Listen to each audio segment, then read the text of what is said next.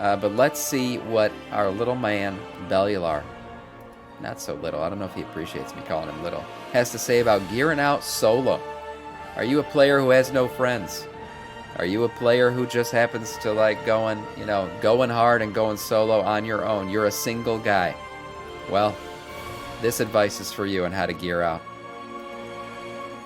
Welcome back. WoW gearing has never been better for solo players, and I'm really not exaggerating here. Patch 10.1 has fundamentally changed the game, with more content than ever being relevant to you, and a massive, massive stack of gear sources.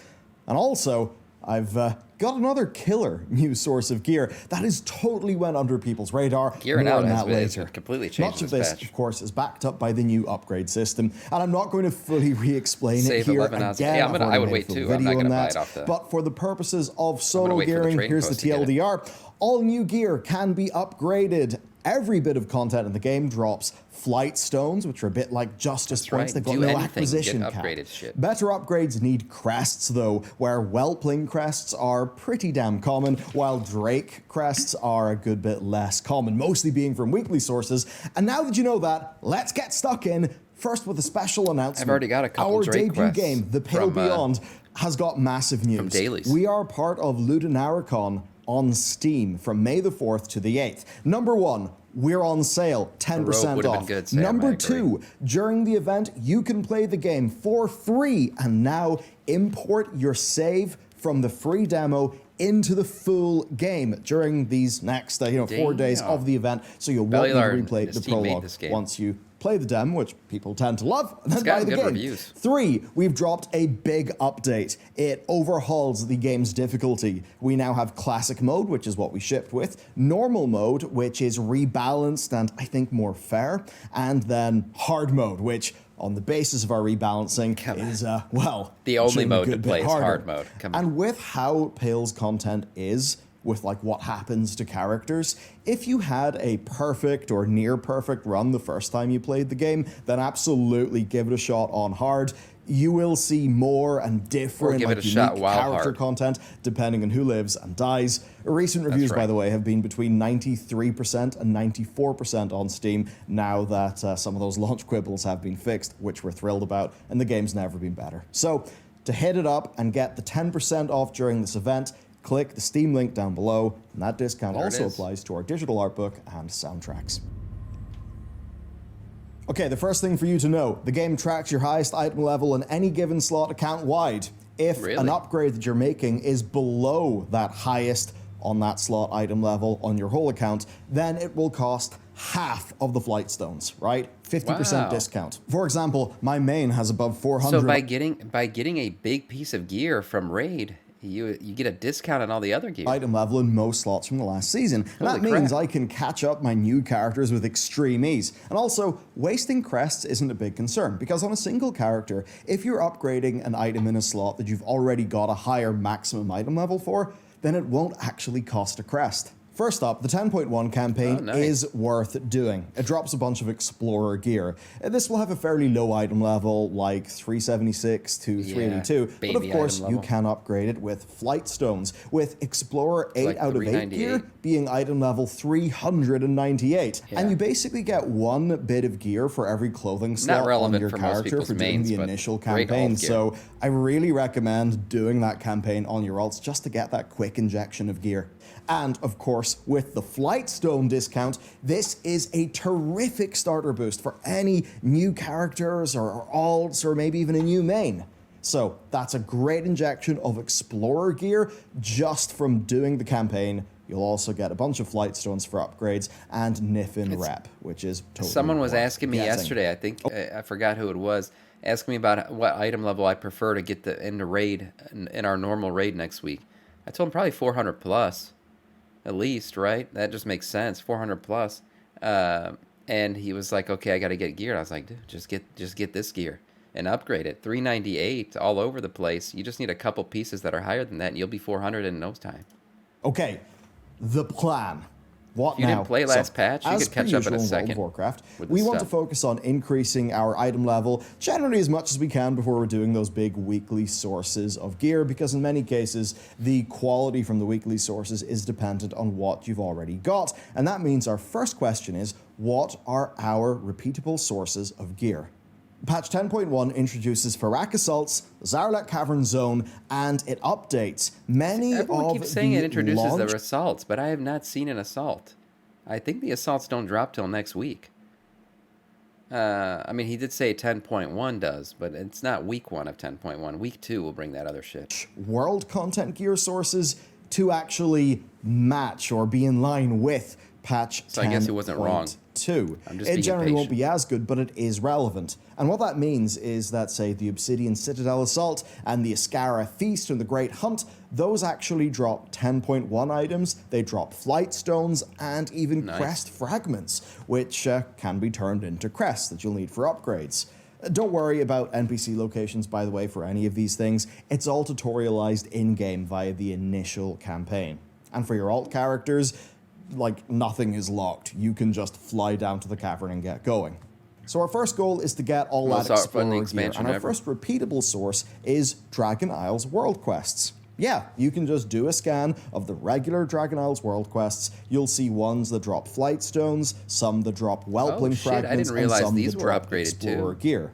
I also found that the Maruk Centaur daily quests can actually drop Explorer gear as well. I had no idea that of course, World Quests reset the regular twice Dragonflight a week dailies on have the been Isles, updated. and put together, this certainly will help you actually fill out your character with some new patch 10.1 upgradable gear. Nice. Now, I did check out the Forbidden Reach, and it does not drop 10.1 gear. Okay. It still drops the older stuff, Old shit. but I actually do have a reason to talk about that later because it can be relevant still to solo gearing.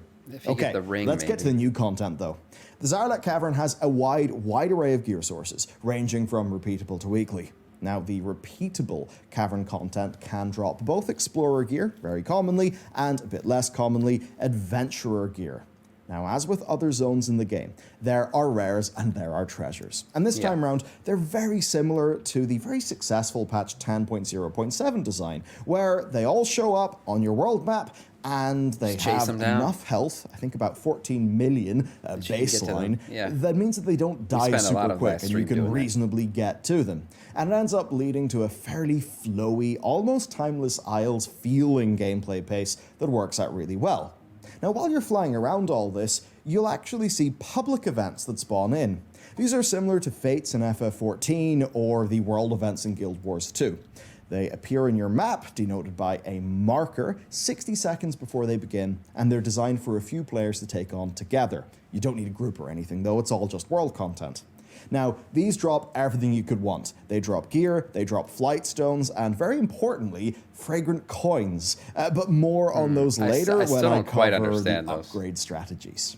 Okay, for now, though, gear is our main focus. The cavern has also got world quests, so obviously do those, as well as any additional campaign steps as they become available. I use the Niffin now, all of this repeatable content will have you swimming in Explorer gear with a few pieces of Adventurer gear depending on your luck. The Explorer gear at rank 8 out of 8 and Adventurer gear at rank 4 out of 8 will be item level 398. And up to that point, it will only cost you Flight Stones to make your upgrades, which makes this initial part of gearing Stones are capped, very, very remember, fast at 2,000. indeed.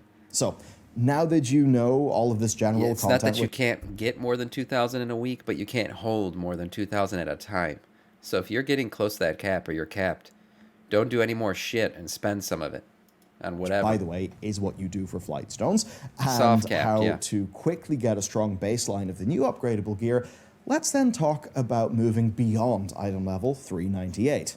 So that Adventurer gear you got can be upgraded all the way up to item level 411. And it's the second most commonly gained sort of solo player gear in the game, with Veteran gear being just about the best you'll regularly see, and there being a few limited ways to actually get Champion gear, which has a max item level of 437. Now that let's be reasonable and go back to things. Okay, to get your Adventure gear from rank 5 to rank 8, And to get your veteran gear from rank 1 to rank 5, you are going to need Whelpling crests. And the good news is, these are actually fairly common. They appear in world quests, they drop from repeatable content, and they're just fairly abundant from the weekly sources. As an example, the Rare Elite World Quest that you'll remember from the base game to defeat the Jaredine Elites in the Obsidian Citadel, that actually can drop Whelpling crest fragments, as well as a bunch of flight So I get my black Dragonflight on still? You'll also, by the way, get some of these crests from the early 10.1 campaign steps. And using those, you can get up to item level 411. But let's break past that to item level 424. Okay, so to get item level 424, you're going to need veteran gear. And there are actually loads of sources of it, though most of them are on a weekly basis. This gear could drop between eye level 402 and 411, with initial upgrades taking Whelpling crests and later ones taking Drake crests. Now, the Drake crest fragments come in larger quantities from weekly sources. However, you do get a fragment for defeating rares and doing those events, with the rares, of course, being daily. That's where I got them from. So it's not super time efficient, but this is something you could farm out if you want. As an example, on day 1, my main character had 49 Drake fragments, and I got a few crests then from the one-off content, like the campaign. So our new weekly content comes in the form of a Worthy Ally, which is the new weekly Fill the Bar quest in Zaralek Cavern. Then Researchers Under Fire, which is the new weekly event in the cavern. There's then a crest vendor with a limited weekly stock of crests, and Sniff and Seeking, which is a new activity that you can do 3 times a week, and then Farak Assaults. So let's dive into all of these. A Worthy Ally is really simple. You'll just complete this while you're doing other things in the cavern. Researchers Under Fire, then, is one of those big weekly events, like the Soup, like the Citadel, and the Great Hunt, so you'll just look at it on your map and do it. And doing it, of course, can give you that veteran gear, flight stones, crest fragments, and more fragrant coins. 15. And you know those public events that I talked about earlier? Those also drop those fragrant coins. Now, those coins can be taken to this NPC in the Mythic village. And this NPC will sell you a total of 2 Whelpling crests and 2 Drake crests per week. So you'll always want to get those every week. Then our next big source is Sniff and Seeking. This is essentially this patch's take on the Scara Vaults of patch 10.0.7. And to do Sniff and Seeking, you actually need dig maps. Now, you can get 3 dig maps maximum per week per character.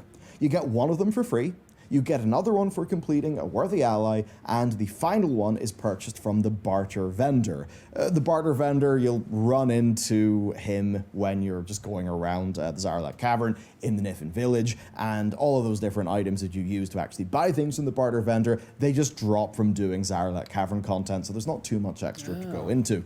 Now, the actual Sniff and Seeking Drake customizations, I still think the Slither Drake was supposed to be available this week, because they are everywhere, and I actually had 2 of them drop yesterday. Yeah, I had 2 drop for the Slither Drake. So I feel like it was supposed to be available this week, and then Blizzard pulled like a fast one and said, "Oh, not till next week." But we're gonna get it eventually. So there's not too much extra to go into. I'll be patient.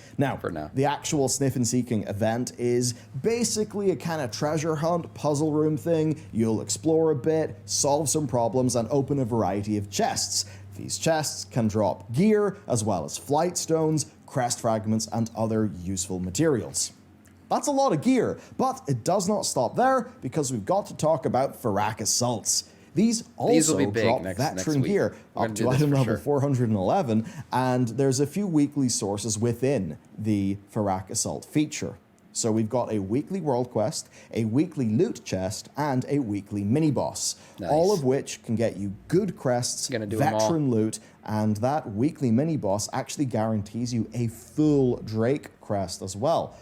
These are up 24/7, and they change from zone to zone on a daily basis. So go there, pick up the regular quests that you'll see around the place if you want, because you'll be killing mobs anyway, and just get killing. Your goal initially is to get 5 marks of Farak. These drop from elite mobs, and they can also be created by combining 5 marks of Ingara, which drop from the regular mobs that you'll see in the area. Now, once you've got your 5 marks of Farak, you want to use that on the Suffusion Crucible. Doing so will summon a mini-boss, and defeating that mini-boss will complete Wait the until weekly Renown world 20 quest. as you And can also- buy boulder thingy currency for gold. So you can buy the stuff from the vendors. So drop a key. Really easy. Now, Buy stuff, the do you weekly mean chest gear? You can buy requires gear from 3 the of those vendors? keys. So just repeat the process until you've got 3 keys, and with that, you can open the chest and get another big old weekly source of loot. Nice. Then whenever you're in the zone, you'll notice the Fury of Farak bar. Once that hits 100, he'll basically strafe the zone. And after that, a boss will spawn. Deathwing style. Defeating that boss and looting it will give you an item that, like, spawns a quest, and turning that quest in will get you a Drake crest, which is really, really good. Then on top of that, of course, we've got our existing weeklies. You'll want to do the Community Feast, which, by the I didn't way, even know this was is still gonna be relevant. design-wise vastly improved as of patch 10.0.7. The Obsidian Citadel, you'll want to do that, as well as the Grand Hunt and aiding the Accord. So much to do. Okay, So much to then do. we've got group content that is match-made, like LFR, which does drop veteran gear, flight stones, and whelpling crests, and also tier gear. And unlike in the past, There that it is, tier gear can be upgraded all the way to item level 424. I mean, that's basically normal LFR. mode, like, drop raid From gear. LFR, man. I mean, that's really good. Definitely an incentive to get those Drake crests Yeah. and do your upgrades. Makes all that shit relevant. Also, of course, doing the LFR will fill up your Great Vault, and that'll be another nice weekly source of veteran gear for you. The World Boss also drops gear, though seemingly, at least on PTR, might be different in live, but I haven't seen the it's World item Boss level yet. 415, but it's got no upgrade path. I mean, it's good gear, but I'm not really sure why it works like that. Yeah, that So that doesn't make basically, sense. that is the content to do. Be diligent, and you'll eventually hit item level 424 by doing all of this. But you can, Easy. in fact, go further. I can't believe that basically no one's picked this up. Patch 10.1 has actually completely revamped the dungeon quest, where now every week yeah. there's a weekly gonna do heroic that today. dungeon quest. It asks you to do 5 heroic dungeons, and now it gives you a piece of item level 415 champion gear and a Drake crest. Also, That's right. the Time Walking Weekly event, whenever that is up, it'll also get you a piece of champion gear. And while this champion gear is technically shit, we upgradable to gotta do item that this level week. 437, do remember that Drake crests can only take it up to item level 424. Beyond that, you will Okay. need better crests from basically other sorts of content, Mythic basically Plus, hot world probably. content. But Mythic Plus and if you rating. want to make the jump, actually, your character can be way more ready than previous, stuffed full of upgrades, and making that transition into the pre-made race to group world content first guilds is are just probably more going ham smooth on this than shit. it ever has been. So let's talk about moving up then. Look, it really is better. I mean, the champion gear that you get from those very limited sources, it hits 424 with Drake crests and 437 with Worm crests.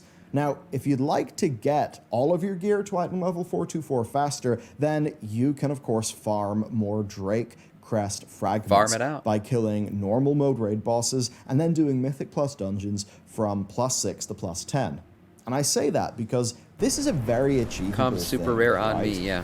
I mean, especially with Mythic Plus, where Blizzard removed a whole ton of annoying affixes I don't and know if I'm replaced gonna them with regret less adding that annoying one. affixes. They removed the seasonal affix, and they made it so that affixes kick in at Mythic Plus 7 and Mythic Plus 14, which is way later than previous. And this makes dungeons easier than in Season 1 and less complex, so they should be more approachable if you're someone who's perhaps a bit anxious about this type of content. I mean, hell, Mythic Plus 6 dungeons drop Drake crests. Nice. And they Mythic have Plus- 0 affixes. I'm other excited for than, this season of the Mythic weekly Plus. Last season, I Tyrannical really didn't want to Fortified, do it. which is just great. I think it'll be better Now, this of course, season. beyond that, you will have to go into Heroic Raid and Mythic Plus 11 to 15. Best believe we'll be doing that. Where, that's where you'll get the way Oh, yeah. better worm crests.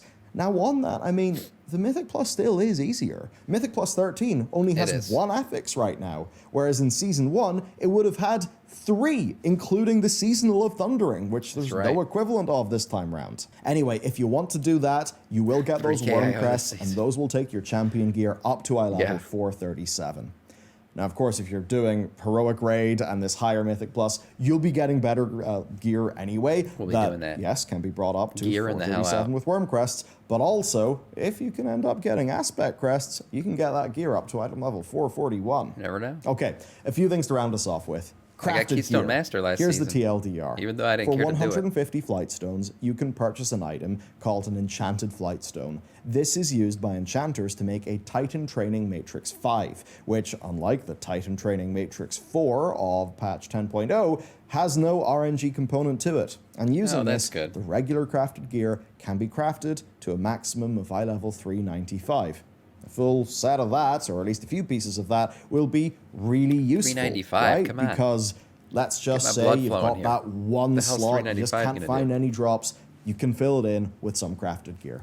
Now, beyond that, there is the super powerful crafted gear that is made using sparks. That's and it right. works This similarly is to what I'm patch talking 10.1. You get a spark every 2 weeks until the end of this patch, basically. Week 1, you get and a full this is spark, what though. you need to craft the best crafted gear in the game. Then it's But every 2 also, weeks. you'll need an enchanted crest.